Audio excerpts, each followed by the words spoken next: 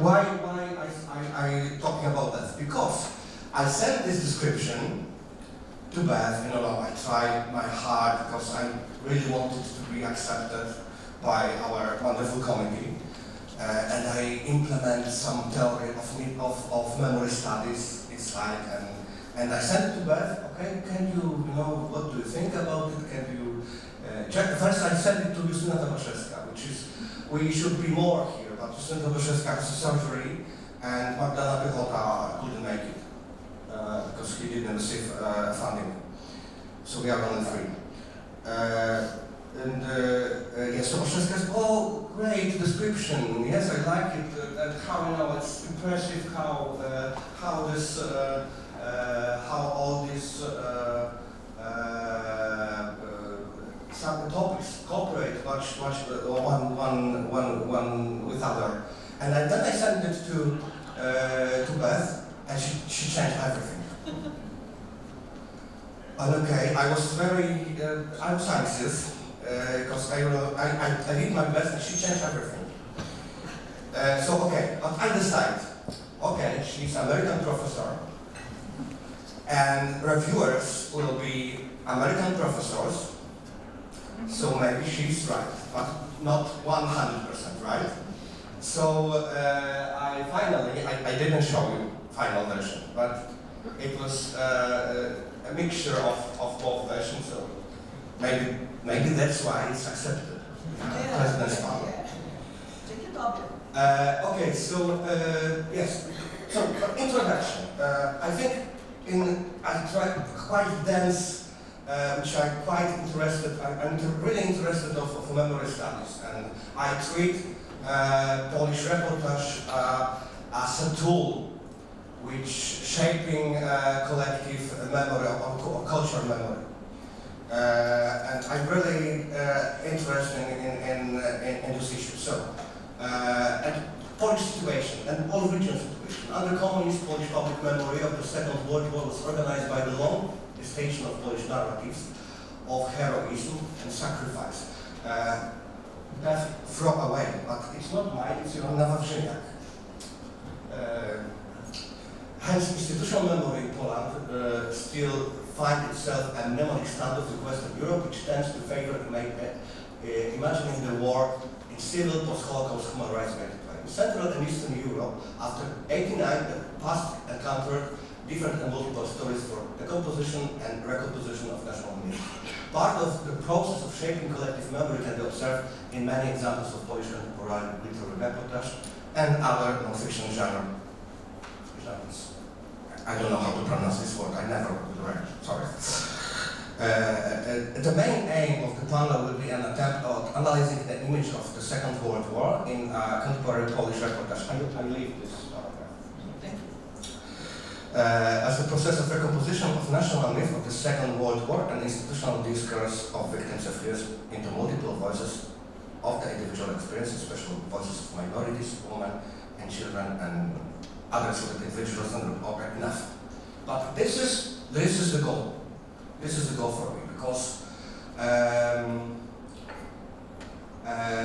we are every nation, and police of every nation is want to be perceived as or victims or heroes.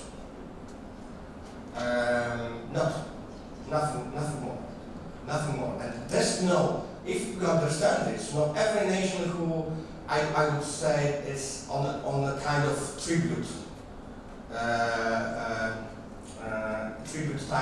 period. That's why you have everybody in Poland probably know the case of Engelking and what she said on the 18th anniversary of Gotha Uprising. How to say what she said, you remember?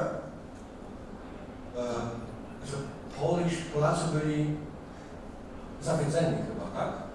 Żydzi byli zawiedzeni postawą Polaków. Jeszcze raz. Żydzi byli zawiedzeni postawą Polaków w czasie wojny. Okay, the Jews were I'm not satisfied. Disappointed. Okay, thank you. My students, okay. Okay, and it was not, okay, nothing, but it was so strong dispute. All governments, media support the government was so angry, social media, and that's the reason, She said something which was, okay, maybe kind of judgment, but it was not in the model of war and of victims and heroes. And our government policy is we like to be only, we want to treat it like victims of heroes, and every government can say it's a tribute stage, like Russian and this is all I think all governments, Hungarian, for example, also the same, but most of governments. Okay, so what's importance? And okay, the textbooks also.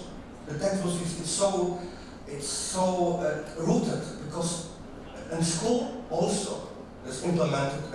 This discourse is given, and people don't know that for example, Polish what were social perpetrators, and don't want to listen about it. Okay, so. What's the mission, even I think so, of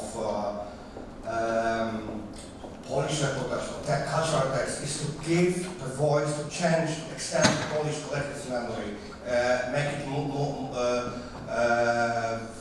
multi-directed and more complex. So and we have, we have a lot of examples of giving voices to minorities, to excluded ones.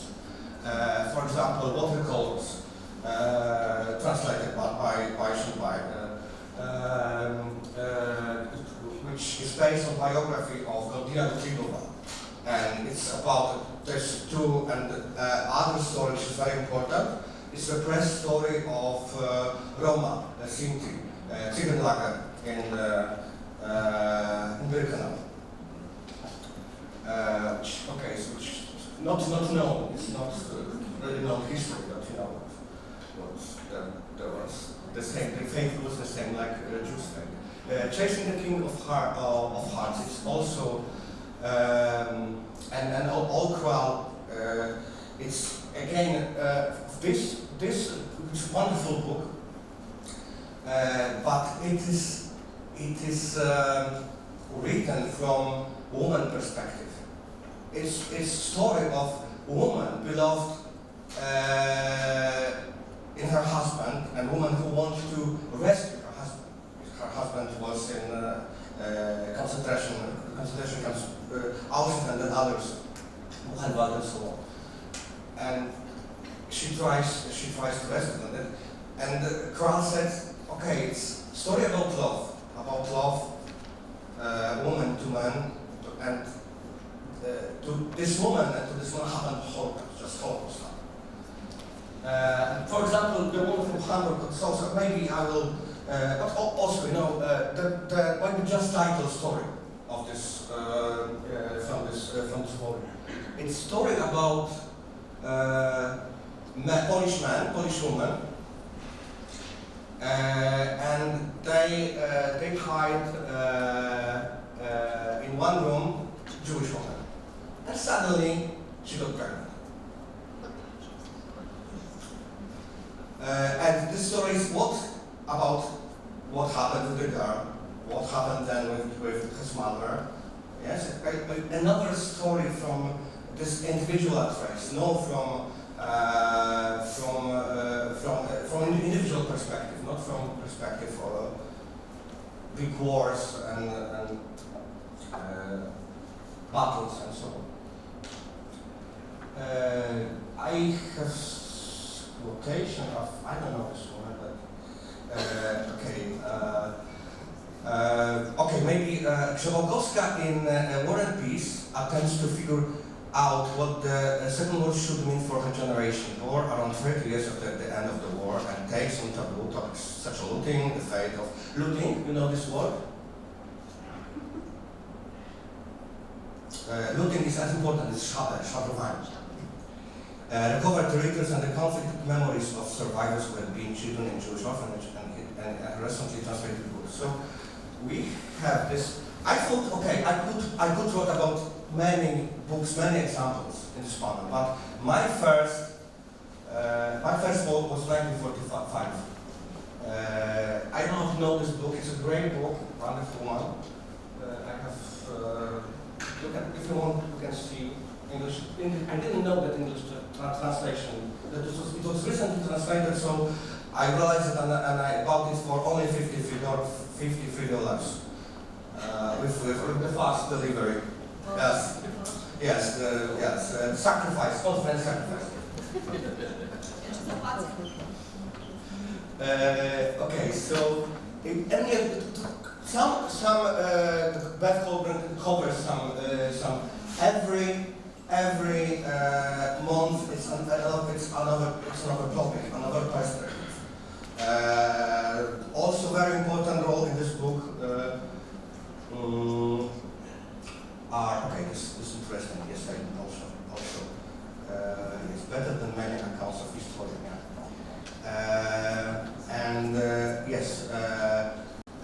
Each preceded by quotation clipped from the Polish newspaper, many issues of Warsaw. So you can follow this example. Okay, but I want to focus only on one subject, on looting, on szabrowanie. Why? Because again, the conference topic is the sense of place. We are in Gdańsk.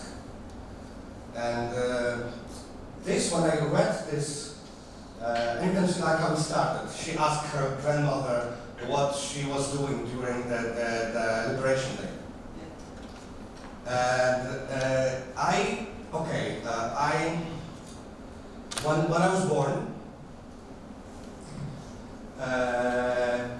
I lived 2 kilometers from here. And King Julian. In 1945, in June, my family came here, and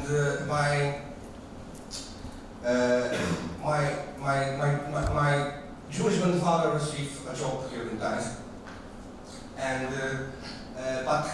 he said to my grandmother, I'd like to live in Oliva, only Oliva. Say to her, only Oliva. Do something, because he was not very pragmatical man. And because it was 40, it was 40, 45, and probably I don't know how many other from Gdańsk. Do you know that until 47, the majority of the town was still German? So, the Germans were relocated, the houses came for state property, and property gave us for free because everyone was in hand of people there. It was a wonderful time. We are very rich. So my grandfather came to the office and said that they say, "Oh, we don't have empty houses anymore." And only a colleague of my grandfather said to him, "You have to give an envelope or something."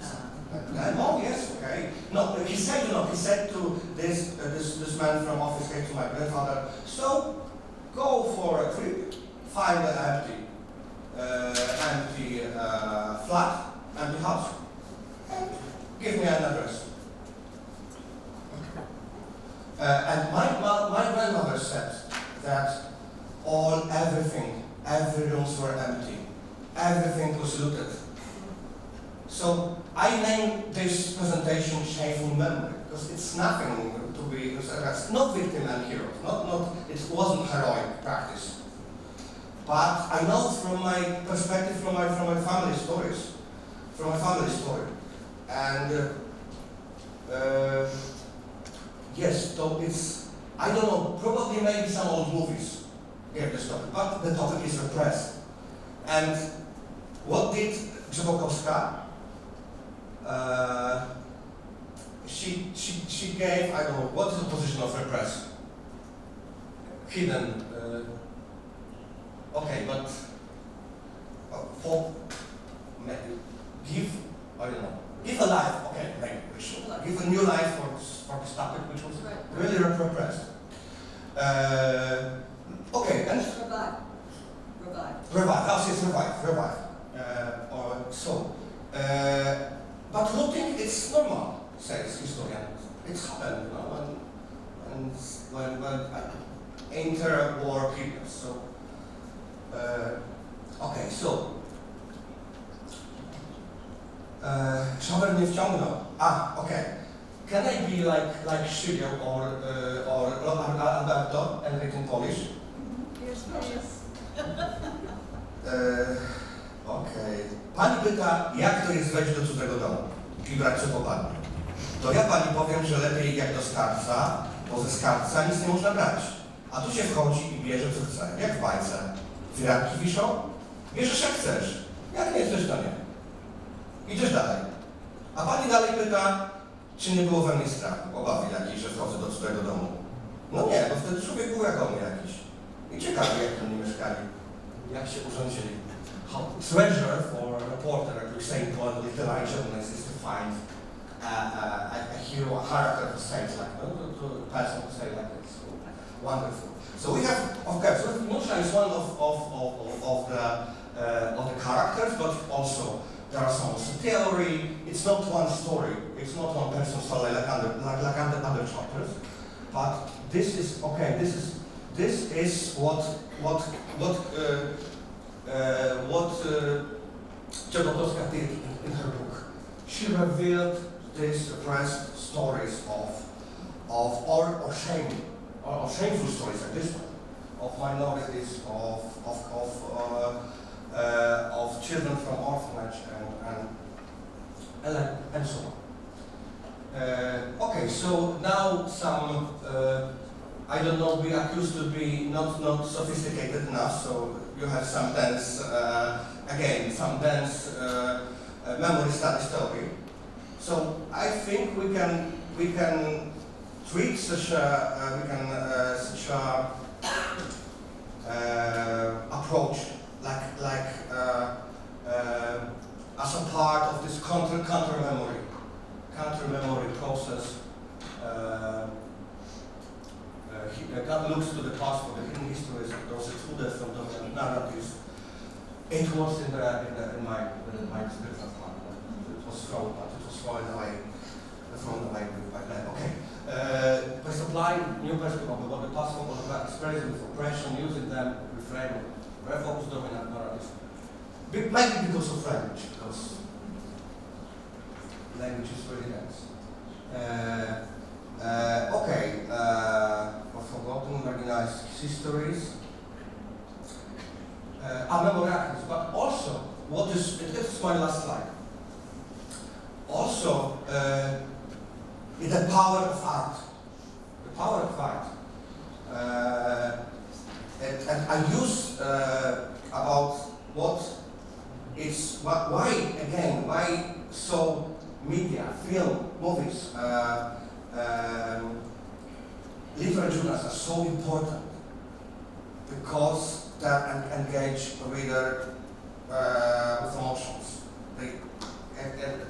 They have a real, I think, power to change collective memory.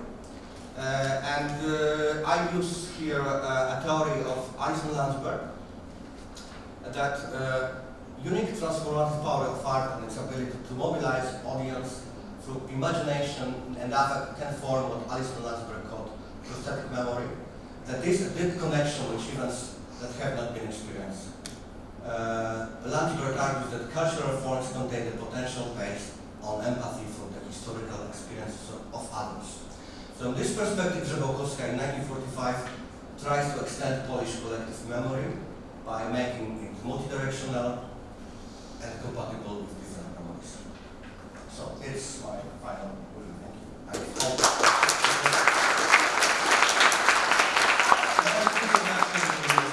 hope more. Dziękuję. Dziękuję. Let's go.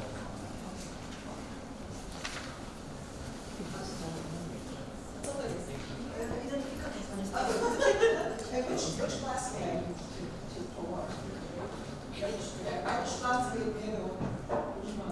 Można na to To jest pusta, to chyba nie zauważy. ja mam po prostu I just need a little drink here, and this is not vodka. Mogę jeszcze dokładnie mówić. Nie. May I use your cloud? Oh, well, I don't know. You don't want what I got, so okay. Just like that.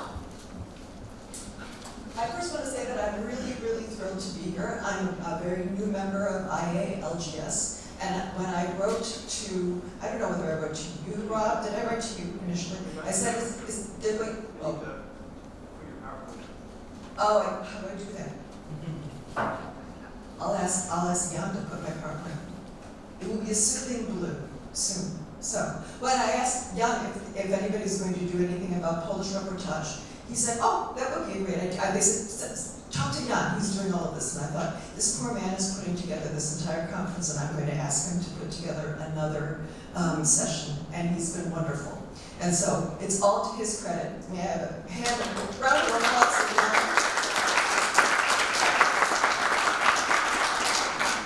And if I had known how Jan was going to dye his beard, I would have dyed my hair to match. So it would look pro-Ukrainian, right? or maybe I'm it's sponsored by IKEA. Okay. So I'm very, very pleased, and I know that a lot of people have applied, and I'm very, very happy to be here. Gdańsk is one of my favorite cities in the world. I also wanted to ask, what I'm doing as soon as this comes up, the book that I'm talking about has not been translated into English yet, or it's not out in English. It's called Wojenka, or A Child's War, about the children who grew up without warning. And it's by Grzebałkowska. Let's see, where am Do I? you have a presentation? Yeah, I do, but it's somewhere. Mark, could you help? It's somewhere up here. Does anyone see anything that? Frukacz, yeah. I don't see it. This is my in-house tech person, my spouse, Mark set up. Anyway, something I wanted to say is that the person who translated Mariusz Shigo's talk yesterday, Antonia Lloyd-Jones, she's translating this Wojenka, this war. Wojenka is the diminutive of war in Polish, and I'm going to refer to it as Wojenka. There we go. And my new title is "Let Children Judge Magdalena Grzebałkowska's Wojenka," about the children who grew up without any warning. So again, if anybody knows of any publishers who might be interested in putting this out, it's about a 300-page book, and it has lots of great pictures. She's very good with visuals, Grzebałkowska. And then the third thing I wanted to say is, I heard the Kapuściński panel, which I know was your best panel ever. But I have been very interested in Polish reportage, particularly from the female line. And I'm very interested in someone like Małgorzata Szejnert, who was the person who put out, she was one of the founders of Gazeta Wyborcza, which is a wonderful newspaper in Poland, and she was the person who edited the big format for 15 years. And her student was Grzebałkowska. And Grzebałkowska said, every line I write, I feel like Małgorzata is standing over me with her whip. So that's very important. It's important to feel that whip. Luckily, Grzebałkowska has a lot. Szejnert is a stylist par excellence. She's like the Edith Wharton of Polish reportage. Magdalena Grzebałkowska is more, I would say, zabójczy. She's more, she has temperament. And so that is felt in her work. So, with that, no further ado, now I will try. How many minutes have I used up already, Rob? Okay, all right. Magdalena Grzebałkowska's 2021 compilation of 12 reportages titled Wojenka, as I pointed out. Just remember Wojenka? Let's all say Wojenka. Wojenka. Oh, you got it, okay. And don't say it like Wojenko because people would say, where, what's happening? So, it's about children who grew up without warning, and it literally emerged from the author's harvest of materials for Poland 1945, which my colleague Jan Miklas-Frankowski just so adroitly represented to you. And in her acknowledgments, Grzebałkowska regrets that she could not use all the materials that she had recorded in researching this earlier book. As she said, the stories of some I talked to remain in my archives. I hope they don't resent me, those people who wrote that, and that in the stories of others they will find their own. But that wasn't enough for her. Wojenka, she decided in Wojenka to include those stories. And it is no simple clearinghouse of those, but it ventures much farther in its geographical and contextual scope, adding new interviews conducted with subjects both in and very far removed from Poland, from Warsaw children serving in the 1944 uprising against the Nazis, to Basque children who were sent to shelter in the Stalin Soviet Union after Franco's victory in Spain, to young Japanese Americans deported with their families to internment camps set up by their own government, the US government. In so doing, Grzebałkowska shifts from what is in 1945 a critical reassessment of Poland's turbulent year of 1945. And now that I know more about your family history, I'd like to find out about the comparisons between the two. A lot of people moved from the east, what used to be the east of Poland, to what became suddenly the west of Poland and the north of Poland. What she's changed this to is a privileging of children's distinctive memories of their wartime ordeals the world over. In relating these tales told by now elderly subjects, anybody who's working on the war at this point has to deal with people who are older in their 80s and 90s. Grzebałkowska does not forget that childhood memories, just like adult memories, are as likely to be shaped by popular or nationalist myths. In fact, she opens her book by citing one of them, the false memory that the German invasion of Poland prevented children from attending the first day of school. And I think many Polish children were happy to think of it that way, but it didn't really. They just didn't go to school. They weren't even in school at that time. It was over the weekend. But Grzebałkowska is most interested in, and I would even say attached to, because she is an emotional interviewer, how the war's children remember, characterize, and judge their parents or other adults responsible for their care. In effect, she is there to report the children's judgments many decades later. Given the geographic scope of her interviews, Grzebałkowska cannot play the highly personalized narrator, interviewer, and interventionist that she does in Poland 1945. But she does not censor herself, her emotional and moral response to many of her interviewees, particularly when their testimony or her questions reveal something distinctive about their relationship with their families. That response shapes our reading in two key ways: building sympathy for or antipathy towards certain subjects, and most of all, drawing distinctions between the familial and moral codes of the interviewer. Am I too loud? Am I blasting it? Okay. Between interviewer and interviewee, reminding us that her reportage is a partisan human versus another, vis-a-vis, I would say, vis-a-vis another partisan human, and that kind of interaction. She is not the enthralling storyteller that Kuczynski is. She is someone who is talking with people over their kitchen table, or someone talking with people in their living room with all of their medals on the wall, or talking with them, for example, in Poland 1945, she talks to a little old lady who says, "I really love to loot. Looting was my passion." And she enjoys that. She enjoys that very much. So that means that we do not have someone who is playing an authoritarian, but rather is working with her interviewees, and then she is trying to come up with a way to connect her interviewees with the people that they were talking about, their parents, or again, the adults who cared for them 40, 50, 60, 70 years ago. Her emotionalism and snap judgments for me are refreshing and certainly desanctify her position. For example, muffled alarm bells ring in her 9th reportage, which is the 9th chapter, in which old Polish men remember leaving home with no regrets in order to play mascot or scout for the Soviet army heading west to conquer Berlin. And I need to move on to the next one. Okay, here we have Gottfried. She always uses pictures of her interviewees. So, in this case, she was most exasperated. Grzebałkowska describes her dumbfounding duet with one Gottfried Grubowski, pictured here, in which I worry while he jokes, I become overwrought while he waxes dismissive. Gottfried responds with laughter to every question I ask about death, fear, corpses, and a lost childhood. Traveling inside a tank with his older Soviet pals, he remembers that it seemed to me that my entire life would be like this. I thought that I'd never see my parents again. He says this with glee. There was only now, teraz, only now. There was no past, no future.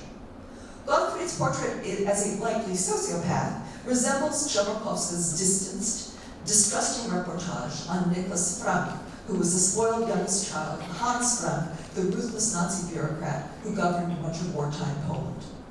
In her 5th reportage, devoted to the testimony of elderly Japanese-American men, Grzebałkowska likewise expresses astonishment, though without any kind of repulsion, when her interviewees resist unity with their resigned parents and concoct their own style of American patriotism. And actually, if I could ask you to, I'm sorry, could you do this for me? Thank you. Okay. These former Japanese-American boys, suspected of being traitors by their very racist government, tell Grzebałkowska proudly of their service in the U.S. Army in the Korean War after World War II. When the veteran Minoru Tanai, look at this face, this is the face you must love, explains that he signed up because he wanted to prove himself that he deserved to be an American, she cannot help but express the outrage she feels on his behalf. Combat credentials do not impress her, but he tries to calm her down, and she notes that. She inserts her veteran's kindly portrait, and she records his disarming self-defense. He smiles at me as if to temper me, and says, "This was just my inheritance." In contrast, Grzebałkowska lavishes far more attention on instances where a parent proves to their oft-abandoned child how much they tried to care for them, or a child comes to forgive a parent their long absence during a time of terror. In such cases, she functions as a kind of bridge builder between 2 generations of very different victims. And I have to say that my readings of Mikołajewski's wonderful, well, not wonderful, but very sobering interviews with the 3rd and 2nd generation of Holocaust survivors. I mean, this very much resonated in what she was doing with these children of the war. When Grzebałkowska interviews Alex Hershaft, Alex Hershaft. Some of you may recognize him as being the leader of the Vegetarian Society in the United States. He was a Polish Jew smuggled out of the Warsaw Ghetto and during the war as a boy and kept safe by his quick-thinking, frequently disappearing mother, Sabina. And so Grzebałkowska purposefully shifts between her narration and Sabina's, for Alex's parent very anxiously left a recording for him about exactly what she did and how she worried about him when she was not in his presence. She wanted him to know, this is what I was doing. I was not just la-di-daing about, I was trying to save you and I was trying to find safe places for you. Unlike his far-sighted mother, he didn't make any kind of recording, the adult Alex regularly admits to Grzebałkowska that he cannot remember or simply did not know about many scenes from his childhood, blank spots that perhaps are caused by trauma, or perhaps, I also think, are feigned because he does not wish to criticize his mother, Sabina. After all, it is hard to compete with a mother's passionate, detailed monologue as a wartime hero. Mother and son were forced to part after the war when Alex was allowed to travel to the States, and Sabina, suspected of being a communist by the American authorities, our authorities are always on it, aren't they, ended up in Israel. It is at this point in her reportage that Grzebałkowska at last cedes the floor to a much more loquacious Alex, who appreciates his mother's sacrifice and his own coming of age. He travels to Israel to see her, and he realizes that they have completely switched roles. As he says, I didn't recognize Sabina. She was no longer that attractive woman I knew, a woman who had been cheerful, but now was sad and pensive. She had no plans or ambitions anymore. She had become the complete opposite of her wartime self. I understood that I had been her reason to live, and when we separated, she lost that reason. It seemed that now that I was completely safe, her wartime traumas could catch up with her. Grzebałkowska's most dramatic, suspensefully paced separation and reunion story takes place in the USSR during the war that Stalin waged against so-called enemies of the people a few years before the Nazis invaded the Soviet Union. Here, Grzebałkowska tracks women denied almost all access to the newborns and soldiers, to their newborns and toddlers while serving camp sentences in the Gulag. They would have their children near the Gulag, and then they would have to give them over to creches and to then school in the Gulag.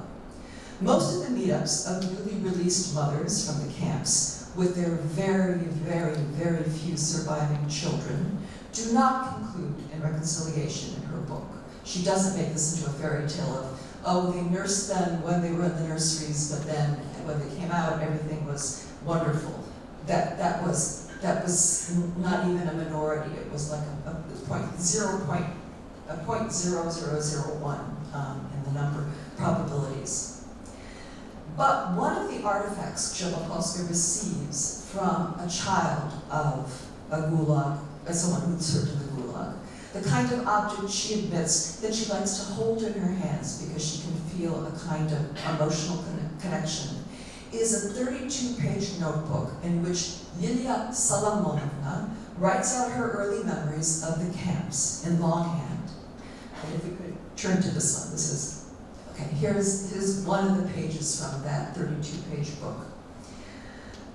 With its paired photos of an aging mother,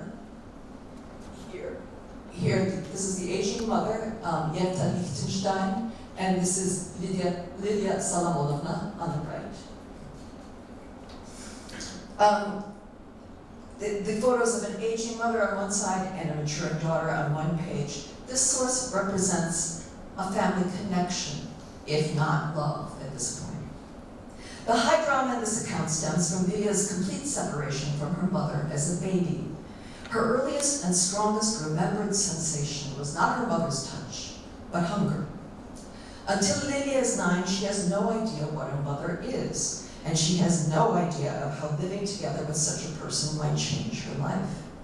Her notion of family is entirely the product of her school's totalitarian propaganda. Lilia believes that she is a loyal Russian member of Joseph Stalin's happy, happy family. When her mother, Yenta Lichtenstein, has finally finished her camp sentence and comes to fetch her child, Lilia is repelled by her mother's caresses and her looks. I began to shout, "Go away, you're ugly. My mother was certainly beautiful, and you're not. You have a fat belly." Lilia also rejects her mother's identity. I'm a Russian, and you're a Jew. In this country, we are all Soviets, I guess, except the Jews. Lilia later attributes her harsh reactions to her institutional upbringing.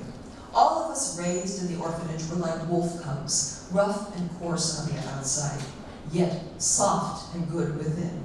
We just couldn't allow ourselves to show any feelings. Later I became very attached to my mother, but I never once told her that I loved her.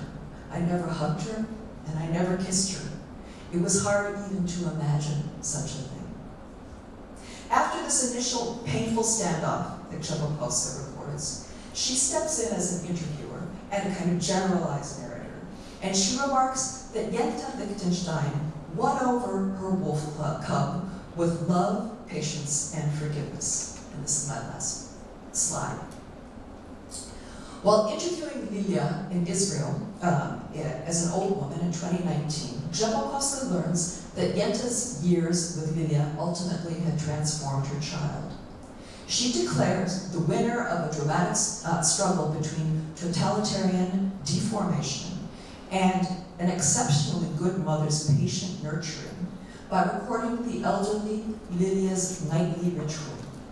Every evening before she goes to sleep, Lilia Solomonovna stares at her mother's picture hanging over her bed and says repeatedly how much she loves her. Lilia's ritual expresses at once atonement and reverence, and Grzebałkowska plays her self-appointed role as witness to a miraculous continuum, to this child's final judgment. Rob, how much more time do I have? Okay. All right, then I'll just finish my last paragraph. In my larger analysis of Wojenka, which I'm not going to go into here, but I examined Grzebałkowska's surprising reportage on the children who participated in the 1944 Warsaw Uprising, a topic I was sure had already been exhausted. I knew from an interview with the author that she categorically condemned the top Polish general who approved this doomed campaign, which resulted in the estimated deaths of 200,000 to 250,000 civilians in the city. Nevertheless, her chapter thrilled me because Grzebałkowska, true to her strongly implied and emotional worldview, captures a kind of emotional telepathy between parents and children, a bond that doesn't break when young kids volunteer to be messengers or teenagers serve as medics during the uprising street-by-street combat. In the world of Wojenka, can we all say that one more time? Oh, you remembered it. I'm sorry. Okay. Military prowess and the impact of national propaganda signify little.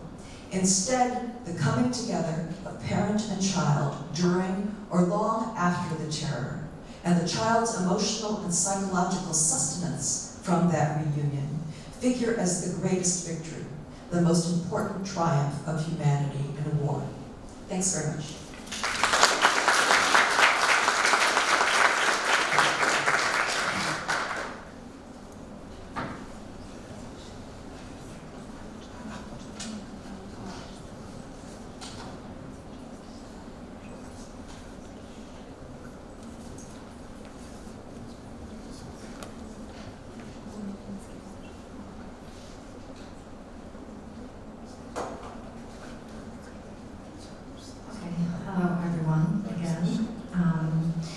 Before becoming a reporter, Jarosław Mikołajewski, the author of the book I'm going to discuss here, was known to his Polish audience as a poet, an essayist, a writer of crime fiction and stories for children, as well as a translator and a connoisseur of Italian literature. Therefore, in his non-fiction narratives, we discover borrowings from non-journalistic areas of interest. Moreover, Mikołajewski consistently exceeds the confines of conventional reportage writing by mixing prose with poetic passages and by combining different literary genres and styles. A prime example of this kind of hybridization is one of his latest books, published in 2019, whose Polish title, Cień w cień, Za cieniem Zuzanny Klimczanki, not so easy to translate, can be translated as Shadow After Shadow, following Zuzanna Klimczanka's shadow. The book was inspired by the life of a Polish Jewish interwar poet whose real name was Zuzanna Ginsburg. At the age of 27, thus probably in the spring of 1944, Zuzanna was executed by the Nazis by shooting. In Mikołajewski's opinion, she got killed because she had decided to be Polish. As Mikołajewski explains in one of the chapters, Zuzanna was raised in a Russian-speaking family of assimilated Jews who had settled in the town of Równe, which used to belong to the former eastern borderlands of Poland and now lies in Ukraine. Zuzanna could choose between different ethnic junior high schools operating in this multicultural and multilingual city. By choosing a Polish school instead of a Russian one, she chose Polish as her native language. For that decision, as Mikołajewski implies in his book, Zuzanna paid with her life. Mikołajewski suggests that if Zuzanna had chosen Russian, she might have ended up being exiled to a gulag camp, but probably would have survived the war. Through Mikołajewski's reflections of this kind, the memory of the Second World War becomes one of the major contexts for an interpretation of the book's portrait of the murdered poet. The significance of this context is confirmed by Mikołajewski's confession that for him, the war was the only perspective to view Zuzanna's life, which he describes as the perspective of denunciations, hiding, and death. In his book, Mikołajewski provides multiple references to eyewitness accounts of war realities. He quotes memories of people who knew Zuzanna before and during the Nazi occupation of Poland. The main theme of these testimonies is Zuzanna's remarkable beauty, which Mikołajewski regards as murdered and raped. Due to her visibly, or even to quote Mikołajewski, shamelessly Semitic appearance, Zuzanna, like many other Jews, had to hide during the Holocaust. This explains the many blank spots in her biography during the war period. Throughout the book, Mikołajewski insistently traces, that is, seeks to establish those unknown facts from Gdańska's life, being aware that his attempt to fully explore the poet's phenomenon is not likely to succeed. Distinguishing facts from conjectures on the murdered poet constitutes the first aspect of his research process, which appears as the main theme of the book's storyline. Mikołajewski portrays Zuzanna as the one who is running away, thus, in a metaphorical sense, as the one who would never be entirely discovered.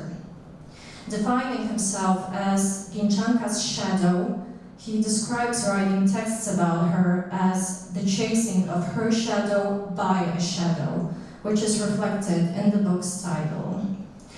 In fact, as Mikołajewski declares in one of the early chapters, Shadow After Shadow is not a book about Zuzanna Gdańska, but rather a story about someone who is looking for her. We can add that it is also a story about the act of searching as a cognitive and existential experience. Another non-literal aspect of the search mechanism shapes the narrative structure of Mikołajewski's book. This aspect concerns the way in which Mikołajewski is searching for establishing his own highly subjective formula of literary journalism. To accomplish that, he deconstructs the form of objectified reportage and hybridizes the book by mixing different genres, including fictional ones. To begin with, it must be noted that the features of a classically defined literary reportage are undoubtedly present in Shadow After Shadow. Mikołajewski describes events he participated in, such as conversations with the people who personally knew Gdańska. He also reports on his journeys to places connected with Gdańska's biography, like her hometown Równe, the city of Lwów, in English Lviv, where she used to hide during the Nazi occupation, or the city of Kraków, English Krakow, where she was killed.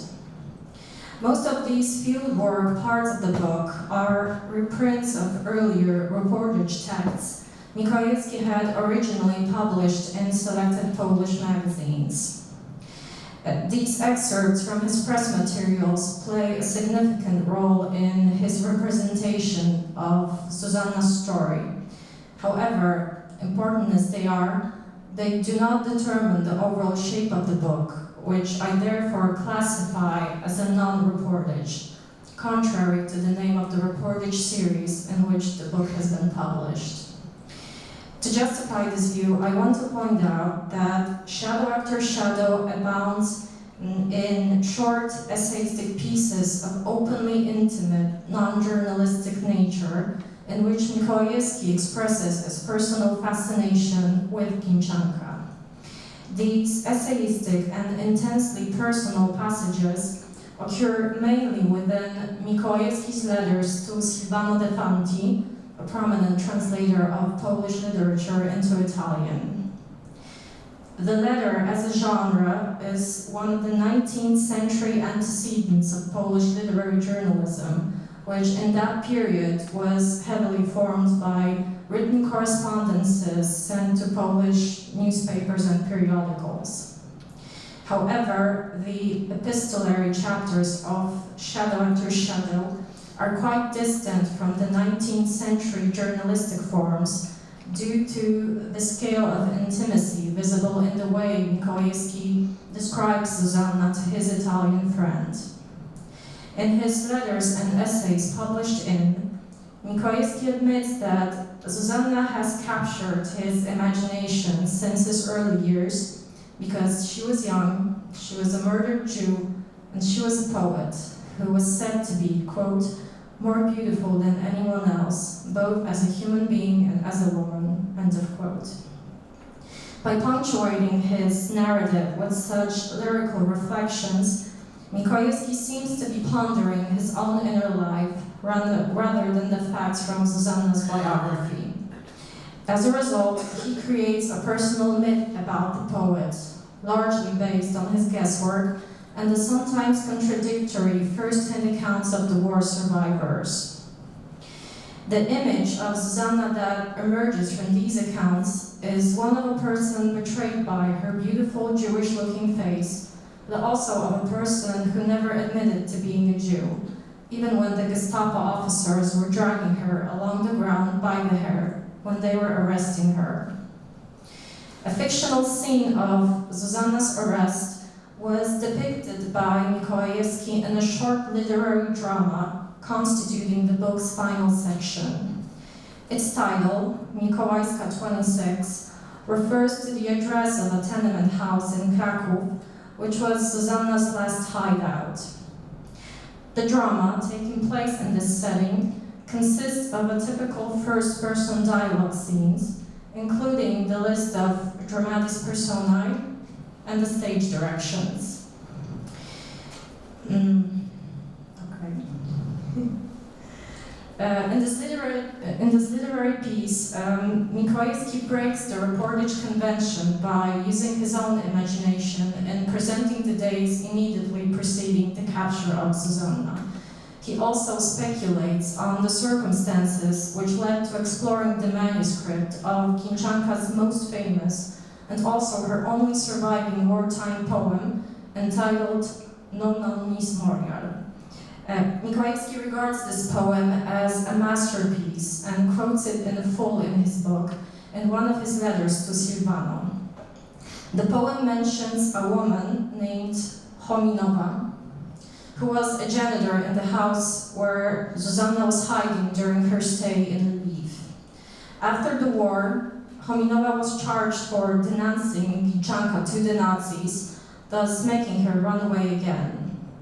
Although in his book, Mikołajewski does not say much about Chominowa, she stands out as a silent symbol of the ways in which war dehumanizes people.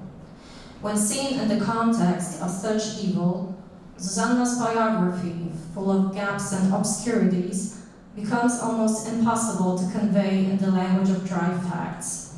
Instead, Mikołajewski has chosen an alternative strategy of the reportage description, more open to subjectivity, syncretism, and even fiction. Thank you.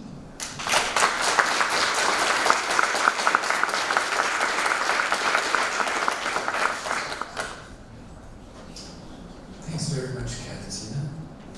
That was a great panel. I have to thank the speakers presenting that, and all sorts of questions come to mind. And one thing that I can't help but think about is the relationship between collective memory and genre. Seems particularly strong in Catholic newspaper and another, but also just the title of that book, Let the Children Judge. It seems like a remarkable concept to build a program. But I'd like to now open for questions for our speakers. Just let me know. Yes. Hi, hello everyone.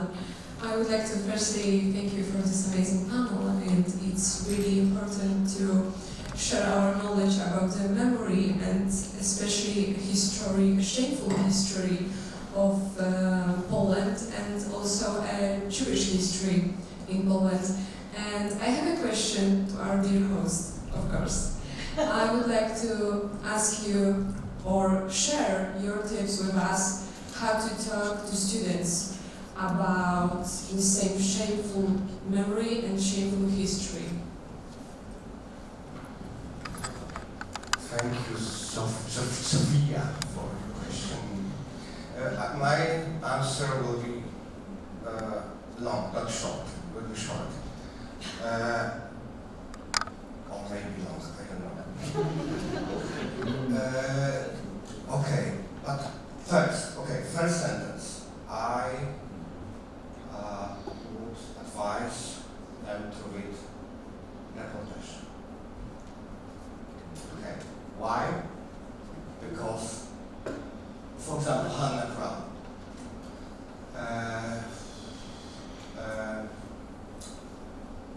I read Hannah Crown recently for, I don't know, Reportage, the book.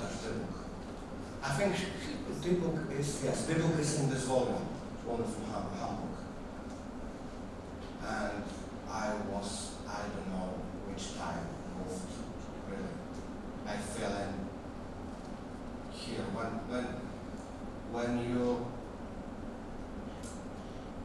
read such a reportage, it's this kind of prosthetic, it's prosthetic memory. You feel like, you feel the influence. You feel what this character could feel. And I think after reading such a reportage, you never say that it's not the Holocaust or Shoah. It's not my history. I don't know if it was short or medium, because medium was. It was perfect, thank you.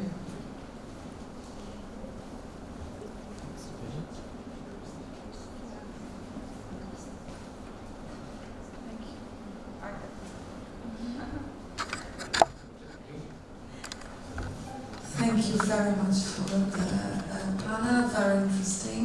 I have two questions, one for Beth. I'm very grateful for your lecture or presentation about Grzebałkowska. I also admire her. What's interesting, she lives in Sopot, and she's in contact with, for example, Polish Studies Department.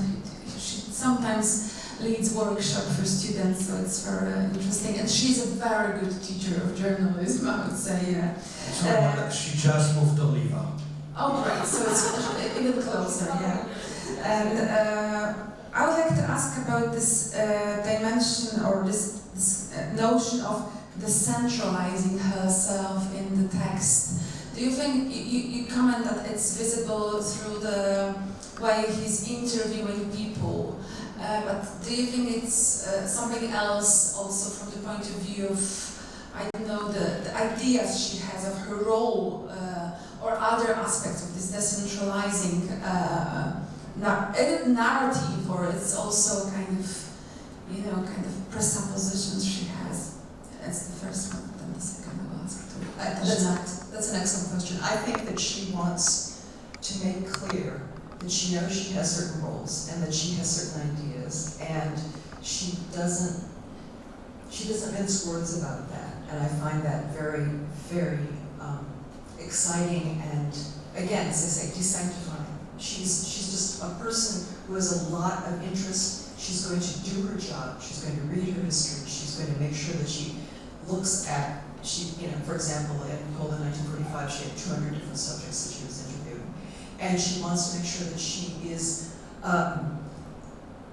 giving them, she's seeing them place but if she has any disagreement, she may say something.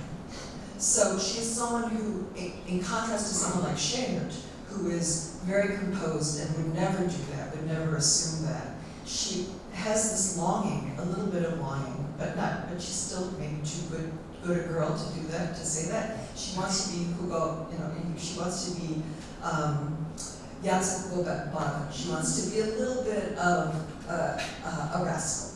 And so if she finds, for example, in the first part of Poland 1945, when she talks about looting, and it is this little tiny lady who was basically giving her tea in nice cups, and she says, I love looting, and let me tell you more about it, but she says, don't give my name. And she explains that, and she says it was just wonderful, it was like a dream come true. We didn't take anything that we shouldn't have, who knows? But nonetheless, she sets them up, and she sets up the people. And especially in Poland 1945, she talks a great deal about her family coming not to Oliva, but to Gdańsk, as they move from the Kresy. And she also talks about how she's worried about how people perceive her and her kid and her husband who are going on these trips with her. So, and there, the people that she targets as her main opponents are people who lie in reporting about them. So I was thinking about that with Katarzyna's talk about this is more about the author than about the subject at all. And she gets very angry with a Communist Party writer who went on a tour and said everything is great in the recovered lands. Great, get on the train and go there. And so many people got sick, died. It was a terrible exodus for them. And she can't forgive them, just as when she goes to the Jewish orphanage in Olkotsk, and she finds out that the woman who was basically she was taking care of all these Jewish children, and she said, I'm going to write up all of my observations, but I'm not going to list the fact, she never lists the fact, that the Jewish kids told her that they were raped by their rescuers. And so she doesn't forgive those people. But her other interviewees, she's basically going to say, yes, I know what they were like, and I really appreciate their participating. I hope that answered your question. Yeah, thank you very much. And I agree that we should translate this book. Does anybody know a publisher who would like to publish It's Wojenka? worth translation, yeah. Great pictures. And also because of this international variety of protagonists. Yes. Yeah. So I had some short email conversation with Antonina Lloyd-Jones, and I know that she's lobbying very much for publisher. Yes. She's going to ask us to say. And if I can, second question for Katarzyna. Thank you very much for a wonderful, wonderful lecture about Mikołajewski. I somehow feel very happy that we today we can show how important is the subject of Polish-Jewish relations in the contemporary Polish literary journalism. A very, very important subject, and really very complex in the comments and the views. And yesterday I was very grateful for Susan to ask, or to point that we do not have the Jewish themes in Kapuściński's books, which is true, and it's of course not an accusation, simply it was his, I would say, choice, or we have Kapuściński was writing about the word and about these Polish-Jewish issues, but there are a lot of contemporary journalists who covered that subject, and of course Hanna Kral covered that for decades. So I'm really happy that we heard that lecture today, and I think Mikołajewski is a kind of very interesting contrary to Kapuściński's style, because it's an example of a humble eye narrative in Polish journalism. Very, very humble, very uncertain, I would say, yes, very questioning, and this hybrid genre, hybrid narration which you showed, is also a tool of a kind of epistemology of Mikołajewski, which is visible in all his hybrid reportages or hybrid non-fictions. I love his reportage about Lampedusa, which is also very humble, very seeking for questions and listening to people. So thank you that you showed Mikołajewski today. Thank you very much. It was more than comment than questions. Thank you. Anybody else?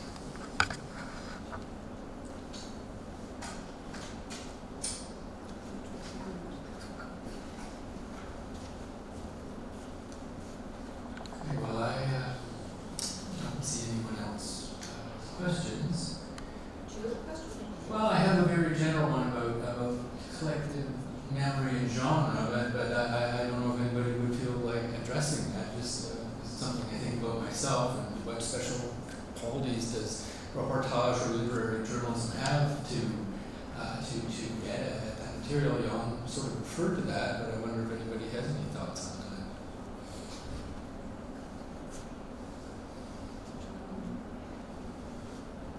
And if not, that's fine. I think that's, but okay, the problem is that it's, I think the really literary reportage is has impact on collective memory, cultural memory. But okay, it's very difficult to measure, okay? Yes, for example, this Polish-Jewish, but more Polish-Jewish subject, Polish-Jewish issue in Polish reportage is enormous issue. I think it's the most important. And one of them, okay, for me it's even the most important issue of Polish reportage. And I think it's because Holocaust is our, it's, you know, when you use psychoanalysis, you have answer why our government are so anxious when someone say that Jews were disappointed, you know. It's not strict statement.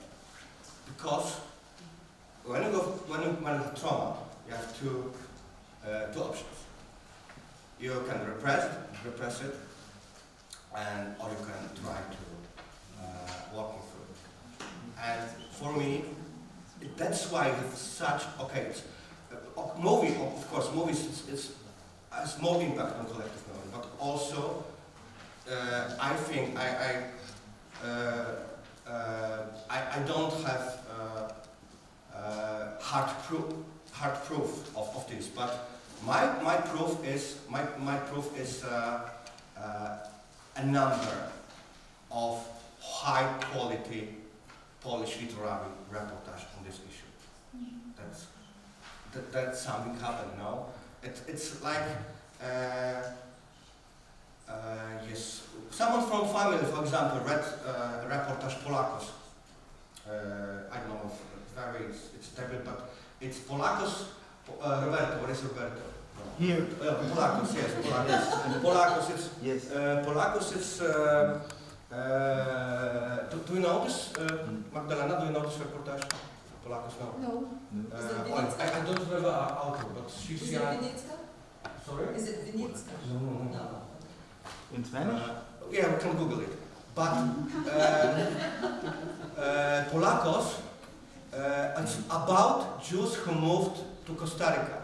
Yes. But they are named Polakos because it's a joke at the beginning that someone is calling to Jew after John Paul II was elected, the Pope, and you know, congratulations. Yes, Polakos is a Pope, but he's not a Jew. Yes, but because Polakos in Latin America means so, and someone from our family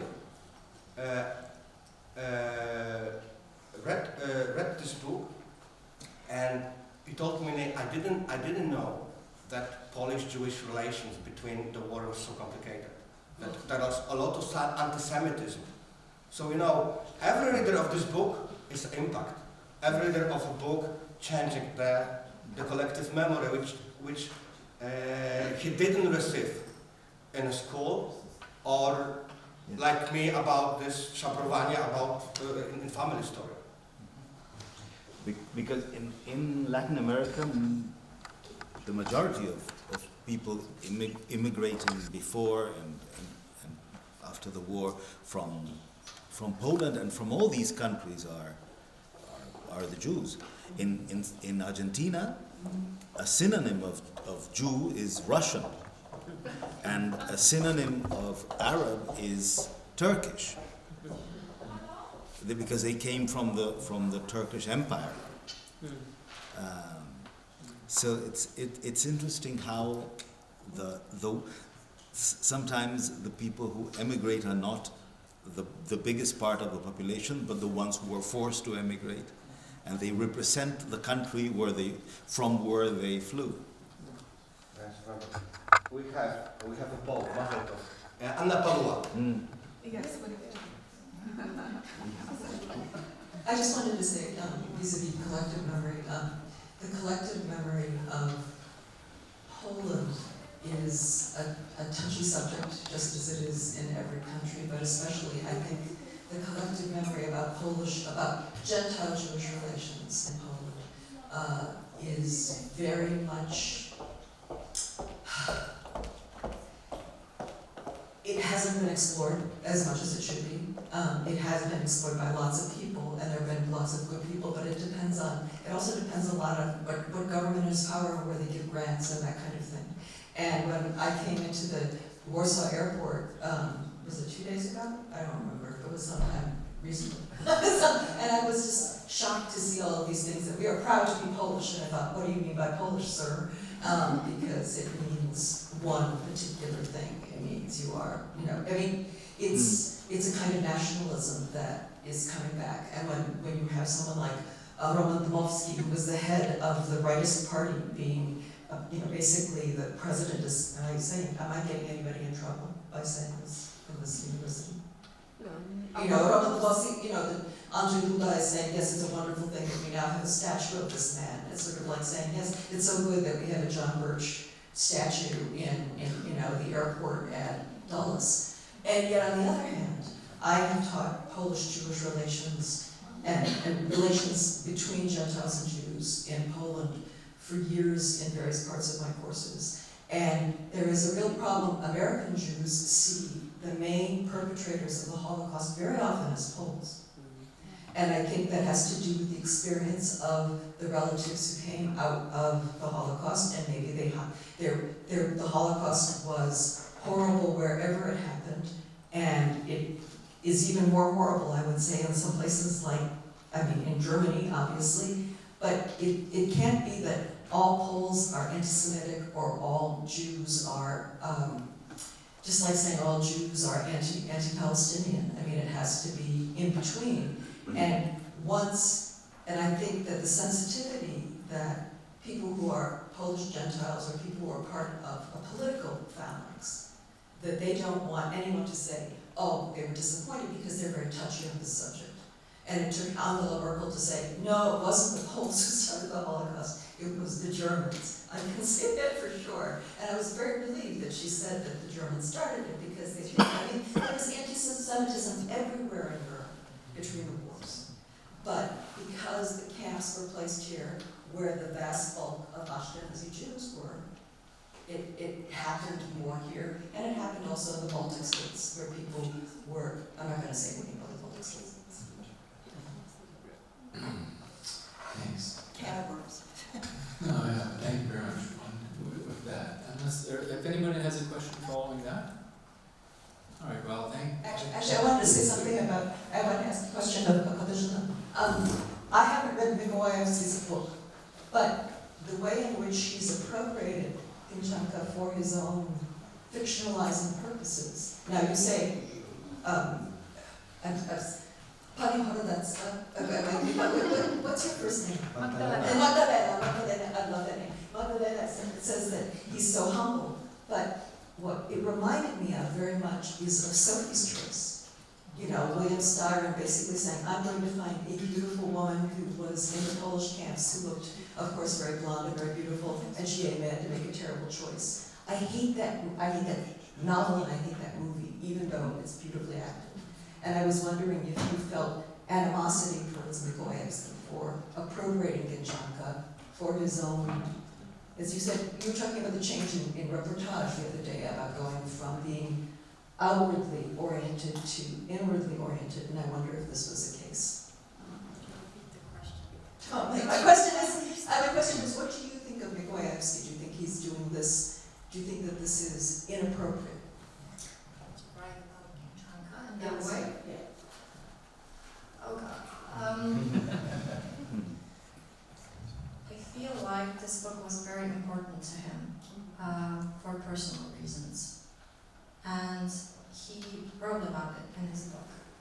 justify the way he described Kimchenko. So I don't feel like it's an appropriate way to write about any non-fiction character. But I do have a problem with classifying this book as a reportage one, because in my opinion it has some elements of reportage writing, but it shouldn't be treated as a journalistic book. For me, it's more of a, I don't know, reportage diary maybe, like an intimistic form, autobiographical form, but not a classically defined reportage.